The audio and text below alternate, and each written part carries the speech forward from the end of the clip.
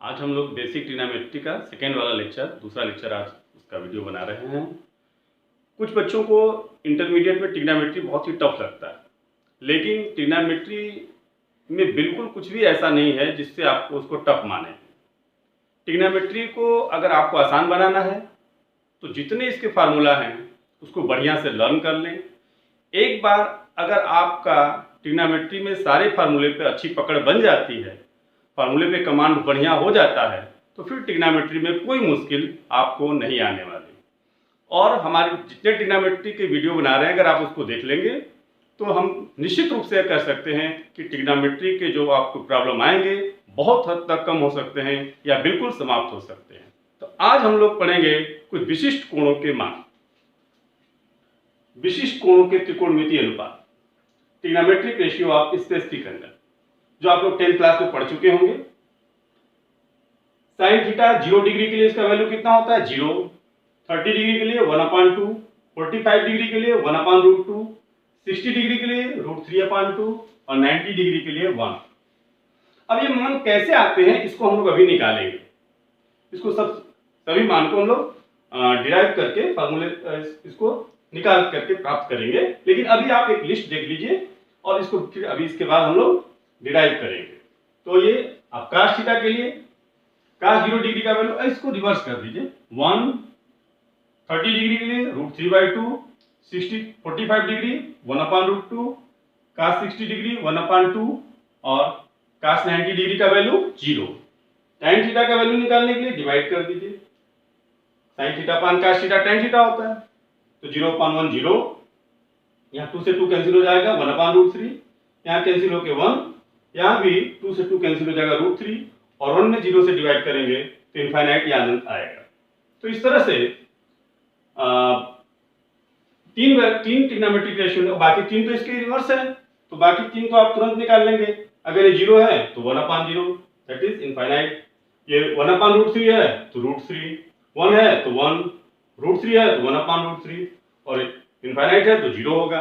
तो इस तरीके से 3 ट्रिग्नोमेट्रिक रेशियो के अगर आपको जो विशिष्ट कोण है उसके मान मालूम हो तो बाकी 3 तो अपने आप निकल जाएंगे। लेकिन हम लोग इसको एक एक वैल्यू को अब इसको सिद्ध करके निकालते हैं, ठीक है। सबसे पहले हम लोग निकालेंगे साइन ट्रिग्नोमेट्रिक रेशियो, किस कोण का वैल्यू निकालेंगे? 30 डिग्री और 60 डिग्री का वैल्यू निकालेंगे। तो 30 डिग्री और 60 डिग्री का वैल्यू निकालने के लिए हमने एक त्रिभुज लिया है, समबाहु त्रिभुज है, इक्विलैटरल ट्रायंगल है ABC। आप जानते हैं समबाहु त्रिभुज की तीनों भुजा का मान एक समान होता है, तो हमने उसको 2a माना है तीनों भुजा को, और तीनों ही कोण 60 अंश होते हैं। और किसी भी शीर्ष से सम्मुख भुजा पर डाला गया लंब उस भुजा को अर्धित करता है, यानी दो ये सर्वांगसम त्रिभुज हो गए। ये दोनों कोण कितना हो जाएंगे? 30 अंश। ये तो 60 अंश ही रहेंगे, ये भी 60 अंश।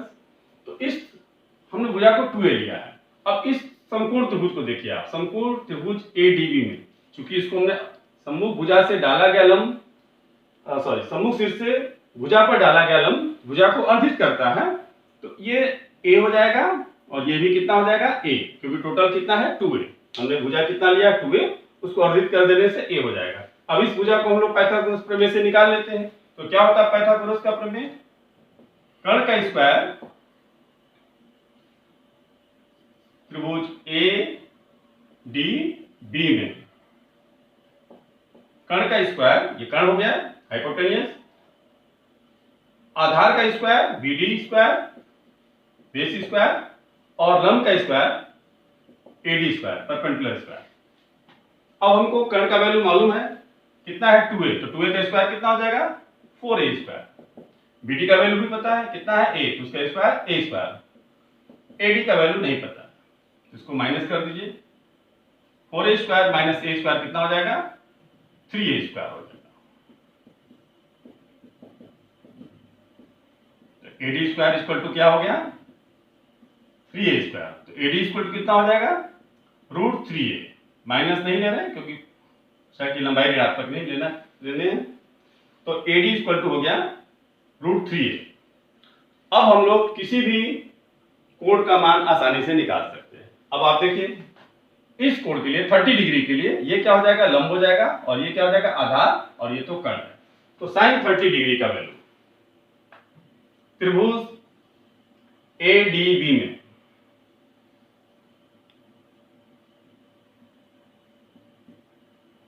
साइन 30 डिग्री, साइन थीटा क्या होता है, लंब बटा कर्ण, तो इस कोण के लिए लंब हो गया बीडी और कर्ण आप देख रहे हैं एबी।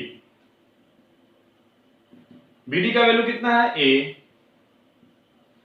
और एबी का वैल्यू कितना है 2a। ए से ए कैंसिल हो गया, कितना आ गया 1/2। साइन 30 डिग्री का वैल्यू आ गया 1/2। अब cos 30 निकाल लीजिए। cos थीटा इक्वल टू क्या होता है, आधार बटा कर्ण, तो इस कोण के लिए आधार हो गया एडी और कर्ण कितना हो गया एबी।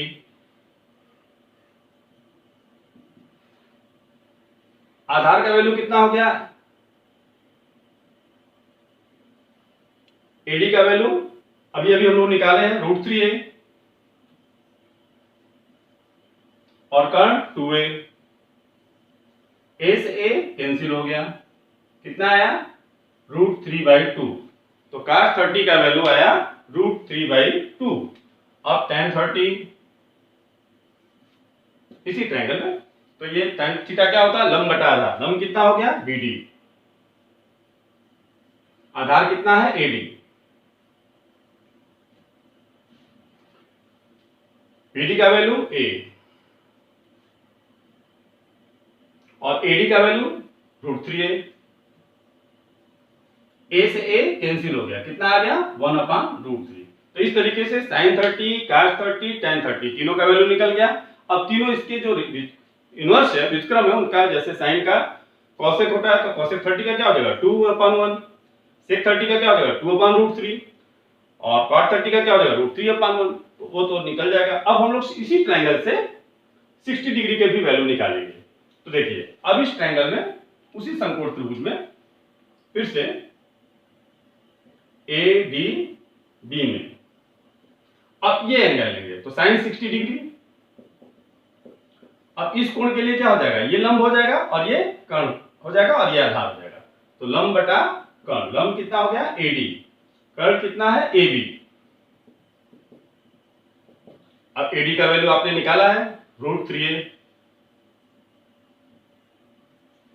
AB का वैल्यू 2a। A से A कैंसिल, कितना हो गया √3/2। cos 60, cos थीटा क्या होता है, आधार बटा कर्ण। इस कोण के लिए आधार हो गया BD और हाइपोटेनियस यानी कि कर्ण कितना हो गया AB। BD का वैल्यू A और हाइपोटेनियस AB का वैल्यू, कर्ण AB का वैल्यू 2a। A से A कैंसिल, कितना हो गया 1/2। अब tan 60 निकाल लीजिए। tan 60 क्या होगा, लंब बटा आधार। लंब कितना होगा इसके लिए AD,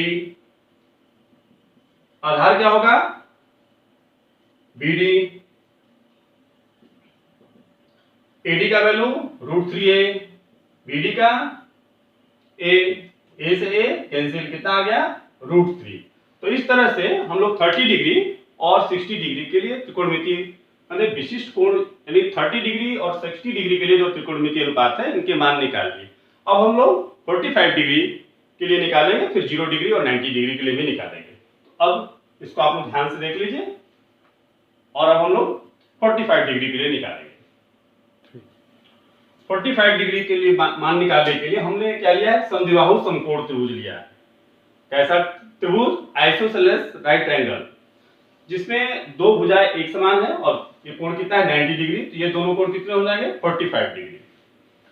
तो इससे हम लोग 45 अंश का मान निकाल लेंगे त्रिकोणमितीय अनुपात के लिए। तो पहले तो पाइथागोरस प्रमेय से AC का वैल्यू निकाल लें। क्या होगा, AC स्क्वायर समकोण त्रिभुज ABC में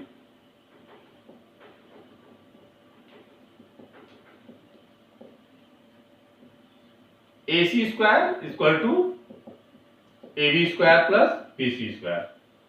AB का वैल्यू भी A, BC का वैल्यू भी A, तो AC स्क्वायर कितना हो जाएगा 2A स्क्वायर। तो AC इक्वल टू √2a, इसका वैल्यू कितना आ गया √2a, जिसको हम लोग पाइथागोरस प्रमेय से निकाल लिए। अब मान निकालना है 45 डिग्री का, तो साइन 45 डिग्री त्रिभुज कौन सा, ए बी सी।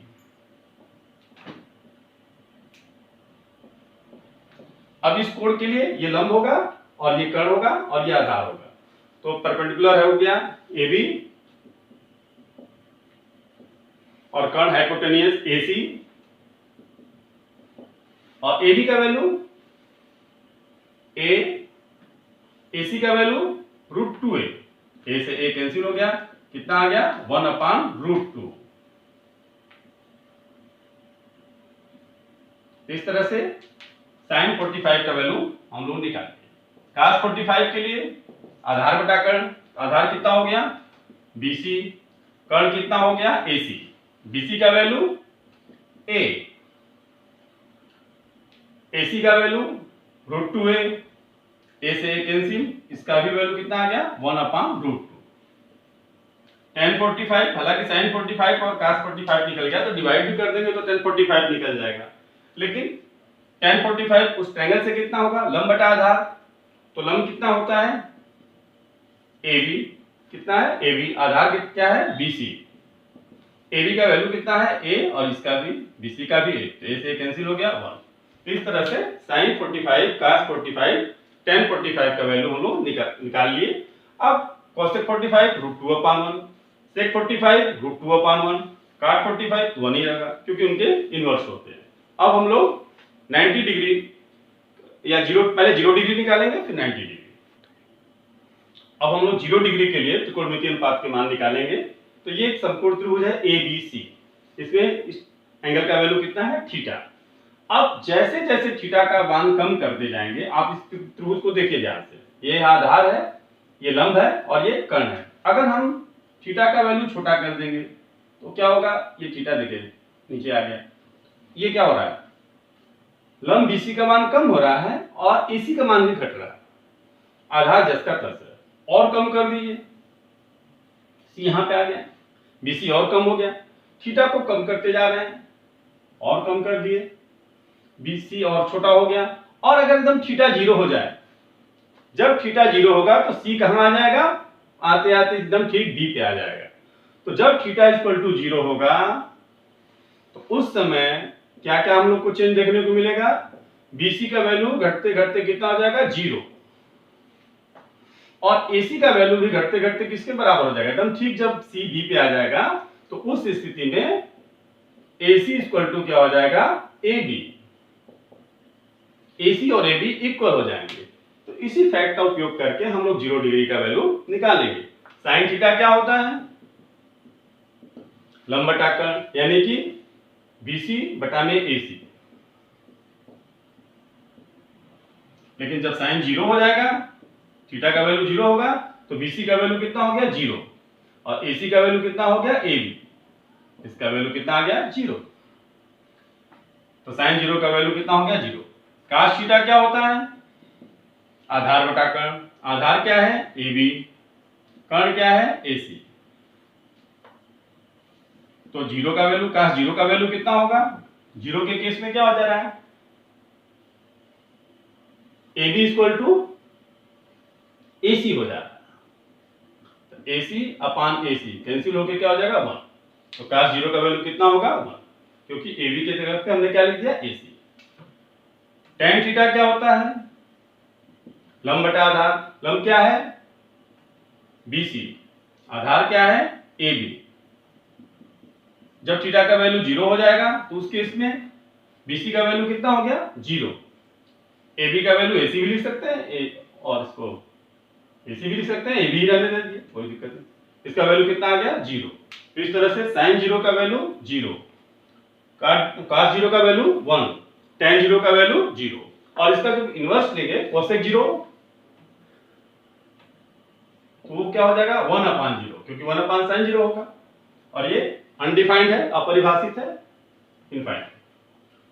और sec 0 क्या होगा,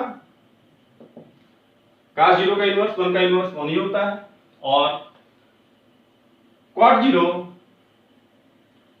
0 भी यही लिख दे रहे हैं इसके नीचे, cot 0 tan 0 का इनवर्स होता है, तो 1/0 ये भी अनडिफाइंड होगा। तो इस तरह से आप 0 अंश के लिए सभी त्रिकोणमितीय अनुपात के मान निकाल लिए। अब 90 डिग्री, अब हम लोग 90 डिग्री के लिए सभी 6 त्रिकोणमितीय अनुपात का मान ज्ञात करेंगे। तो फिर से हमने एक समकोण त्रिभुज दिया है एबीसी, इसमें आपने ध्यान दीजिए ये कोण कितना है, थीटा। अब 90 डिग्री के लिए यानी थीटा का मान बढ़ते बढ़ते कितना हो जाना चाहिए, 90 अंश। तो जैसे जैसे थीटा का मान बढ़ेगा, जैसे ये थीटा बढ़ा दिया थोड़ा, तो सी यहां चला आया, तो क्या हो गया, आप देख रहे हैं ये आधार ए बी का मान क्या हो रहा है, घटता जा रहा है। और इधर आ जाइए, थीटा का मान थोड़ा और बढ़ा लीजिए, सी यहां आ गया, ए बी यहां आ गया, तो कण भी घट रहा है और आधार भी घट रहा है। अब थीटा घट बढ़ाइए, तो क्या होगा, आधार ए बी का मान और कम होगा। और अगर थीटा बढ़ते बढ़ते ठीक 90 डिग्री हो जाए, ठीक 90 डिग्री हो जाए, तो उस समय क्या हो जाएगा, बी घटते घटते कहां चला जाएगा, ए बी का वैल्यू कितना हो जाएगा, 0। जब theta equal to 90 degree, A B का वैल्यू कम होते होते कितना हो जाएगा, 0। और एसी का वैल्यू घटते घटते किसके बराबर हो जाएगा, बीसी के बराबर हो जाएगा। एसी बराबर क्या हो जाएगा, बीसी। तो उस केस में जब थीटा इक्वल टू 90 डिग्री होगा, तो ए बी इक्वल टू 0 हो जाएगा और एसी का वैल्यू घटते घटते किसके बराबर हो जाएगा, ठीक बीसी के बराबर हो जाएगा। तो इसको हम अब हटा देंगे ताकि आपको फिगर बढ़िया से दिखाई दे। लेकिन इसमें इसी बात को ध्यान रखना होगा कि जैसे जैसे थीटा का वैल्यू बढ़ेगा, बी पास आता जाएगा ए के, और सी एसी जो होगा वो भी घटते घटते, और जब थीटा इक्वल टू 90 डिग्री होगा, तो ए बी का मान घटते घटते क्या हो जाएगा, 0, और एसी का मान भी घटते घटते किसके बराबर हो जाएगा, बीसी। तो इसी तथ्य का प्रयोग करके हम लोग 90 डिग्री का वैल्यू निकालेंगे। अब साइन थीटा क्या होता है, लंब बटा कर्ण, यानी कि लंब क्या हो गया, बीसी, और कर्ण कितना है, एसी, इस त्रिभुज में। अब अगर थीटा का वैल्यू 90 डिग्री हो जाए, तो बीसी का वैल्यू कितना हो गया, एसी, और एसी से एसी कैंसिल हो गया, कितना आ गया, साइन 90 डिग्री का वैल्यू 1। अब cos थीटा क्या होता है, आधार बटा कर्ण। इस ट्रायंगल में आधार कितना है, ए बी, कर्ण कितना है, एसी। अगर थीटा का मान 90 डिग्री हो जाए तो क्या होता है, ए बी का वैल्यू 0, फिर तो एसी लिखिए चाहे एसी एसी रहने दीजिए, 0। cos 90 डिग्री का वैल्यू कितना हो गया, 0। और tan थीटा कितना होता है, लंब बटा आधार, लंब कितना हो गया, बीसी, आधार कितना है, ए बी। तो दिस इंप्लाइज tan 90 डिग्री का वैल्यू, tan 90 डिग्री, इस केस में क्या हो जाएगा, बीसी इक्वल टू एसी, ये मायने नहीं रखता, में ए बी क्या हो जाएगा, 0। तो 0 से डिवाइड करेंगे तो क्या होगा, अनडिफाइंड। तो इस तरह से tan 90 डिग्री का वैल्यू इतना आ गया। तो हम लोग sin 90, cos 90 और tan 90 का वैल्यू फाइंड आउट कर लिया। अब इसके जो इनवर्स है cosec 90 क्या हो जाएगा, 1 ही रहेगा। sec 90 क्या होगा, 1/0, यानी कि अनडिफाइंड ये भी होगा, फाइनाइट। और tan 90 का इनवर्स cot 90, ये क्या हो जाएगा, 1/∞ यानी 0। इस तरीके से हम लोग सभी 6 त्रिकोणमितीय अनुपात के कुछ विशिष्ट कोणों के मान ज्ञात किए हैं, और ये सारे मान 0 से 90 अंश यानी फर्स्ट क्वाड्रेंट, प्रथम चतुर्थांश के ही हैं। ये 4 चतुर्थांश है, first quadrant, second quadrant, third quadrant, fourth quadrant. तो प्रथम चतुर्थांश में आप जानते हैं, देख रहे हैं, लंब भी पॉजिटिव, आधार भी पॉजिटिव, और कर्ण तो पॉजिटिव है ही। तो जो लंब, आधार और कर्ण तीनों ही पॉजिटिव है, तो 6 त्रिकोणमितीय अनुपात का मान प्रथम चतुर्थांश में पॉजिटिव होता है। 6 त्रिकोणमितीय अनुपात यानी साइन, cos, tan और cot, sec, cosec, यानी थीटा का वैल्यू 0 से 90 डिग्री के बीच में हो तो सभी त्रिकोणमितीय अनुपात का मान पॉजिटिव होता है। लेकिन जब दूसरे चतुर्थांश में जाएंगे, सेकेंड क्वाड्रेंट में जाएंगे, यानी 90 डिग्री से अधिक और 180 से कम, 180 से कम, तो उस स्थिति में क्या होगा, आप देखिए लंब पॉजिटिव है लेकिन आधार क्या है, निगेटिव हो जाएगा।